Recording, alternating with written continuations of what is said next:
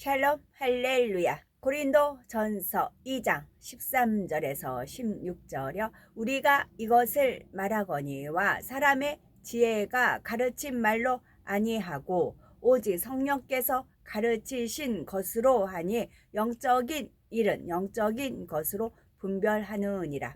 육에 속한 사람은 하나님의 성령의 일들을 받지 아니하나니 이는 그것들이 그에게는 어리석게 보임이요 또 그는 그것들을 알 수도 없나니 그러한 일은 영적으로 분별하기 때문이라. 신령한 자는 모든 것을 판단하나 자기는 아무에게도 판단을 받지 아니하느니라. 누가 주의 마음을 알아서 주를 가르치겠느냐. 그러나 우리가 그리스도의 마음을 가졌느니라. 아멘.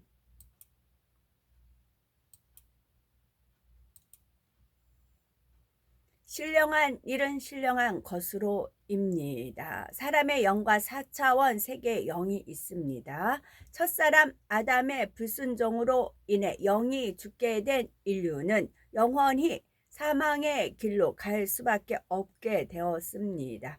영이란 죄성이 없는 깨끗한 상태의 마음으로 영이 죽었다는 것은 죄로 인해 영이 가리워져 활동하지 못하는 상태가 되어 영이신 하나님과 교통을 이루지 못하게 되었다는 의미입니다. 그러므로 사랑의 하나님께서는 예수 그리스도로 말미암아 누구든지 죽었던 영이 살아날 수 있는 구원의 길을 열어 주셨습니다. 예수를 구세주로 영접하면 성령을 선물로 주시고 성령으로 영을 낳아 죽었던 영이 살아나게 하시며 하나님의 자녀된 권세와 축복을 받을 수 있도록 인도하시는 것입니다. 이처럼 하나님의 말씀을 통해 자신을 발견하며 악은 모양이라도 벗어버린 상태가 되면 비로소 영의 사람이 되어 원래 하나님께서 창조하신 대로 세상을 정복하고 다스릴 수 있는 권세와 축복을 받게 됩니다. 무엇보다도 우리 눈에는 보이지 않지만 실제로 존재하는 영의 세계인 4차원의 세계가 있다는 것을 알게 되며 하나님께서 영안을 열어주시면 4차원의 세계도 볼 수 있게 되지요.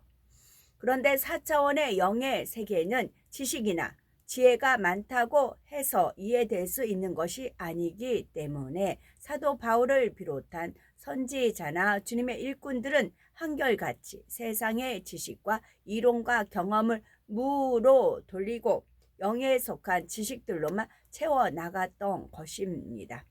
또한 영으로 들어가야 이해할 수 있는 세계이므로 사람의 지혜의 가르침 말로 아니하고 오직 성령의 가르치신 것으로 하니 신령한 일은 신령한 것으로 분별하느니라 라고 말씀하고 있지요.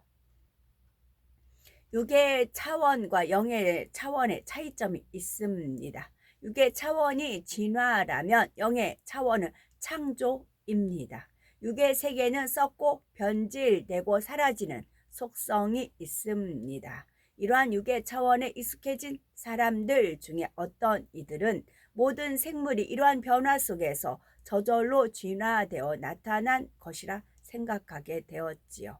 그러나 만일 모든 생물이 진화로 말미암았고 모든 세계가 저절로 이루어진 우연의 산물이라면 어떻게 우주의 수많은 별들이 한치의 오차도 없이 정확하게 운행될 수 있겠고 사시사철의 변화 등의 일정한 질서와 법칙에 따라 잘 이루어질 수 있겠습니까? 이렇게 우주 만물의 질서와 조화가 있고 완벽한 법칙에 따라 운행되는 것을 볼 때 누군가의 설계에 의해 창조된 것임을 알 수 있습니다. 이처럼 이 세상에 있는 모든 것은 육에 속해 있기 때문에 많은 사람들은 육으로 추측하여 진화를 주장하게 되지만 우리는 하나님의 말씀을 통해 영의 세계의 신령한 일들을 분별할 수 있으므로 창조의 섭리를 이해하고 믿을 수 있습니다.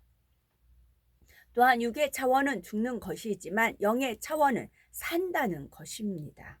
우리 몸의 생명을 유지하기 위해 양식을 먹는 것처럼 예수 그리스도를 믿음으로 영이 되살아나며 영적인 생명을 유지하고 성장하기 위해서는 영적인 양식을 먹어야 합니다.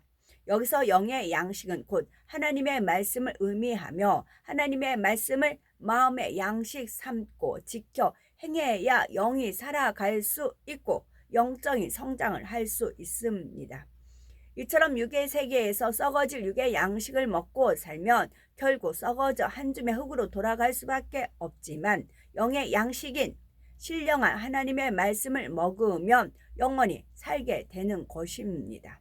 히브리서 4장 12절 하나님의 말씀은 살았고 운동력이 있어 좌우에 날선 어떤 검보다도 예리하여 혼과 영과 및 관절과 골수를 찔러 쪼개기까지 하며 또 마음의 생각과 뜻을 감찰하나니 말씀하신 대로 우리가 생명력 있는 하나님의 말씀을 먹을 때 영생의 길을 갈 수 있습니다. 여기서 영과 혼으로 되어 있지 않고 혼과 혼이 먼저 나왔어요. 혼의 구원을 받아야 되기 때문에 그렇다 볼 수가 있겠지요.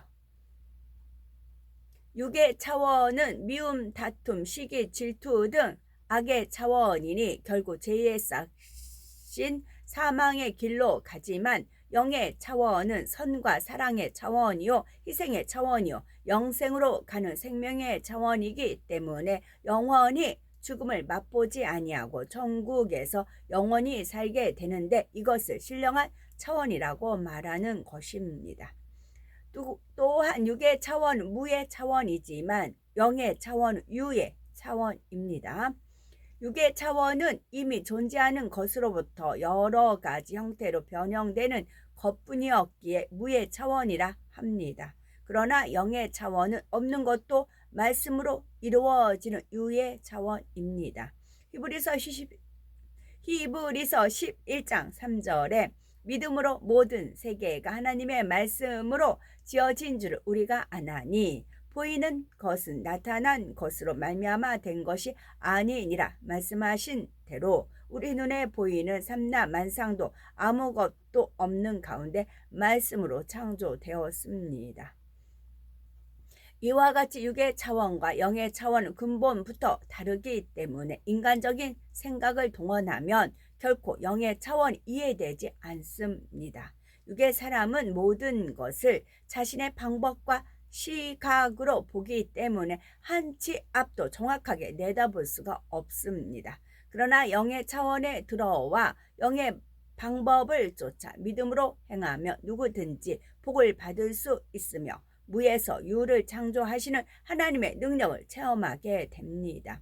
아브라함의 경우 나이가 많아 자녀를 낳을 수 없음에도 불구하고 하나님께서 그에게 무뼈를 보이시며 네 자손이 이와 같으리라 말씀했을 때 중심에서 믿고 믿음의 눈으로 바라보았지요.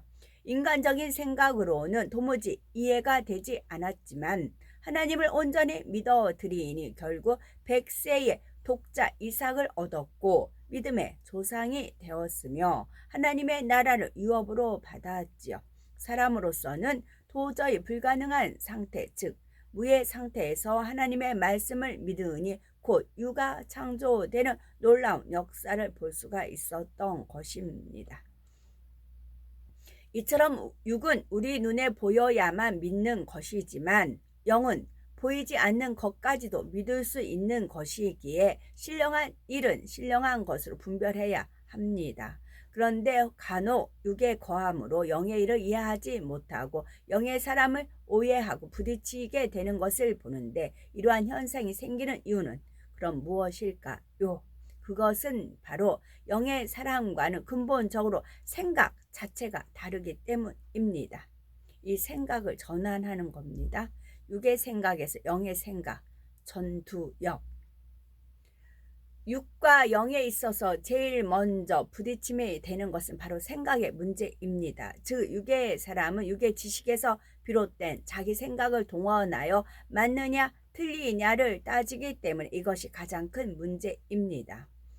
또한 마음 자체가 육이기 때문에 영의 세계를 이해할 수가 없는 것입니다. 영의 마음은 크고 아름다운 것이며 상대를 위해 자신을 희생하는 마음이지만 육의 마음은 자기 것만 알고 상대를 위해 희생하지 않으려 하기 때문에 영의 마음을 이해할 수 없습니다.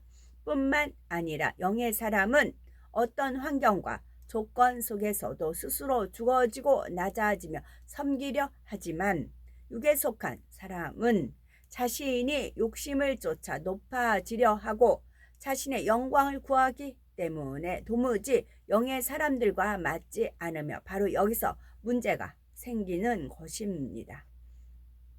육에 거하는 사람 편에서 마음이 악함으로 빛 앞에 자신의 악이 드러나는 것이며 그 악으로 인해 본인 스스로 찔림이 되니 큰 소리가 나고 다툼과 싸움이 일어나는 것이지요. 따라서 육에 속한 이론과 생각을 깨트리고 신령한 차원에 들어가야 비로소 영에 속한 모든 것을 능히 마음으로 분별하고 깨우칠 수가 있는 것입니다. 또한 육을 버리고 상대를 섬기며 희생하는 삶을 살아가는 영의 단계에 들어오는 만큼 하나님의 세계가 이해되고 4차원의 축복을 받을 수가 있게 됩니다. 곧 진화가 아닌 창조의 역사를 믿을 수 있고 죽는 것이 아니라 영으로 살게 되며 무의 차원이 아니라 유의 차원의 축복을 누릴 수 있는 것이지요. 누가복음 6장 38절에 주라 그리하면 너에게 줄 것이니 곧 후히되어 누르고 흔들어 넘치도록 하여 너희에게 안겨주리라 말씀하신 대로 누르고 흔들어 넘치도록 누릴 수 있는 축복의 차원에 들어가게 됩니다. 그런데 육에 있는 사람이 영으로 들어가려고 하면 처음에는 더 불행해지는 것 같은 생각이 들기도 합니다. 하지만 그런 과정을 지나서 영으로 온전히 들어오기만 하면 범사에 형통하게 되니 영의 행복이 얼마나 온전하고 이루 말할 수 없이 큰 것인가를 알게 됩니다. 영에 거하는 사람은 능히 죽음도 이길 수 있고 무슨 일을 만나든지 진정한 마음의 평안과 행복을 누릴 수 있습니다. 또한 영으로 들어가며 하나님의 인정과 사랑을 받게 될 뿐 아니라 그만큼 권세가 주어지고 구하는 대로 받고 찾는 대로 찾으며 두드리는 대로 열리니 부족할 것이 없지요. 창조주 하나님께서 동행해 주시니 범사에 감사와 기쁨이 넘치며 행복할 수밖에 없는 것입니다. 이처럼 하나님의 축복을 받을 수 있는 신령한 사람이 되려면 변치 않는 중심을 가지고 영으로 들어가야 합니다. 비록 이 땅에서는 아무것도 내세울 것이 없는 부족한 사람이라 할지라도 놀라운 하나님의 은혜를 입어 영생을 약속받고 믿음으로 하나님을 기쁘시게 하는 만큼 마음의 소원을 응답받을 수 있습니다. 그런데도 많은 사람들이 하나님의 축복을 받지 못하는 것은 육에 속해 있기 때문이지요. 여전히 비진리에 거하기 때문입니다. 여전히 자기의 고집과 자기의 생각이 남아 있으니 신령한 일을 분별하지 못하고 하나님께서 주시는 신령한 복을 받지 못하는 것입니다. 그렇다면 같은 상황에서도 사람마다 믿음과 신앙의 성장 속도가 다른 이유는 무엇일까요? 이는 각 사람의 마음 중심이 다르기 때문입니다. 마음 중심이 오직 영을 향해 있어야 하는데 그렇지 않고 환경에 따라 좌우로 흔들리고 세상을 바라본다면 결코 신령한 차원에 이룰 수가 없습니다. 한눈 파는 거죠. 한눈 파는 겁니다. 그러니 한번 목표를 정했으면 믿음의 눈으로 바라보고 도전하되 변함없이 달려가야 하며 결코 늦추거나 머뭇거리지 말아야 합니다.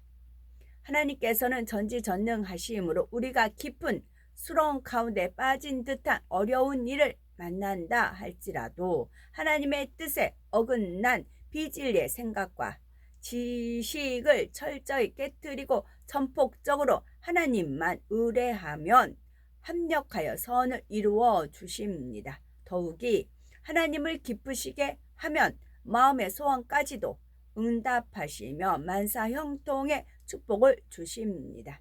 그러므로 신속히 육을 버리고 영의 세계로 들어와 신령한 일을 분별할 수 있는 영의 사람이 되어 구하는 것마다 응답을 받으며 항상 승리하는 삶을 영위하는 우리가 되어야 되겠죠. 아멘.